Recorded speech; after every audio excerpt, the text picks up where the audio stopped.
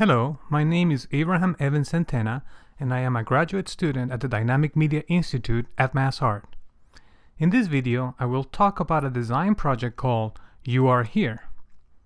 YouAreHere is an interactive game that helps us map our relationship with taste, distinction, and symbolic violence in society.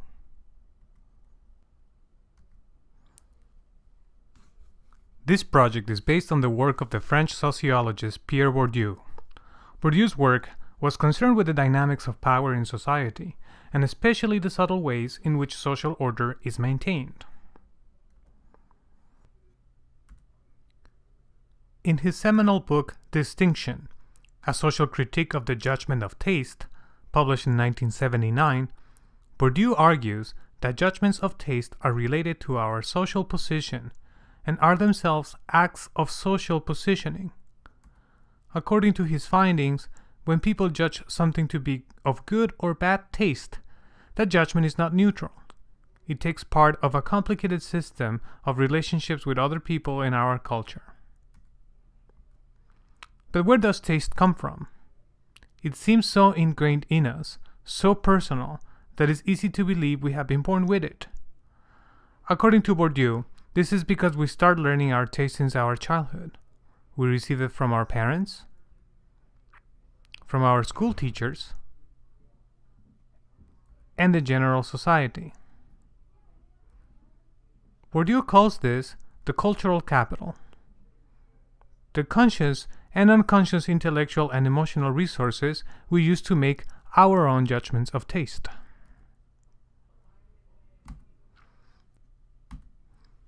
Another of Bourdieu's great contributions to our understanding of taste and class is his definition of habitus.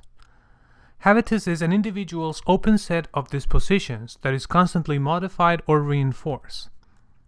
While the habitus is sufficiently open to allow for human agency, it is nevertheless the product of social conditioning. Think of it as limited choices.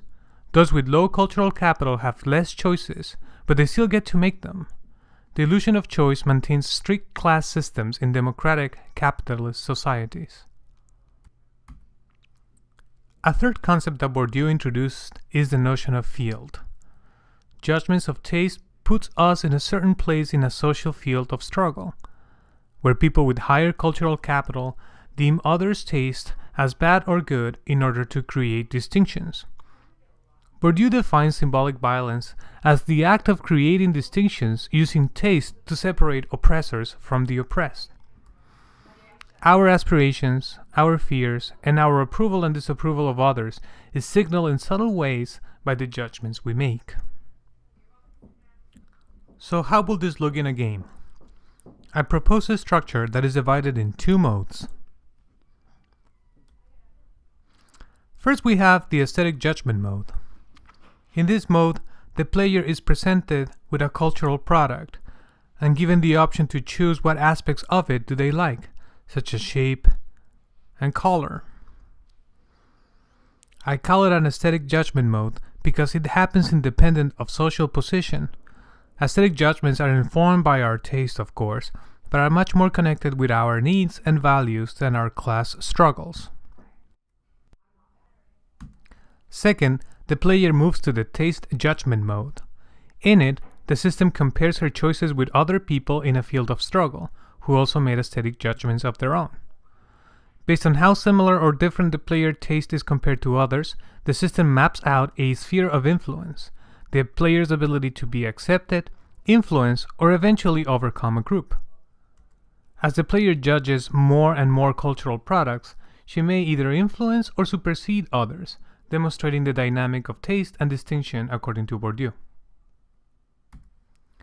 The system is dependent on what I call an economy of reputation. Through the machinations framework, we can design an economic system that considers cultural capital a sort of currency. That currency can be in turn converted to influence and reputation. My goal is to design a system that allows the player to choose multiple win conditions, either to be allowed to impose taste on others, or carefully to make judgments that create the least symbolic violence. With the system set, the variables can increase exponentially. For example, at level 2, the player might choose multiple shapes. Level 3 unlocks the ability to recognize colors. Level 4 combines the ability to speak of color and shape. Perhaps by level 5, the player is afforded the opportunity to create her own cultural products to test in the field of struggle. This dynamic illustrates the acquisition of cultural capital in society. With a robust enough system, the variables and input methods can change. Keeping up with the Joneses is a most basic scenario, but the system could explore manners and customs in a Victorian setting, or biases towards organic and synthetic humans in science fiction stories. While changing variables is in no way trivial, these variables could be explored in a system that maps tastes, distinction, and symbolic violence understood as an essential part of human experience. Lastly, I would like to make a general argument for games. To be understood, the complex systems under which we live must be experienced, not only observed. Government, civil society, and industry are all systems that could be illustrated as games in order to make them transparent to an audience. Thanks to dynamic media, we should be able to play with variables that affect our lives to understand ourselves better. Thank you for listening.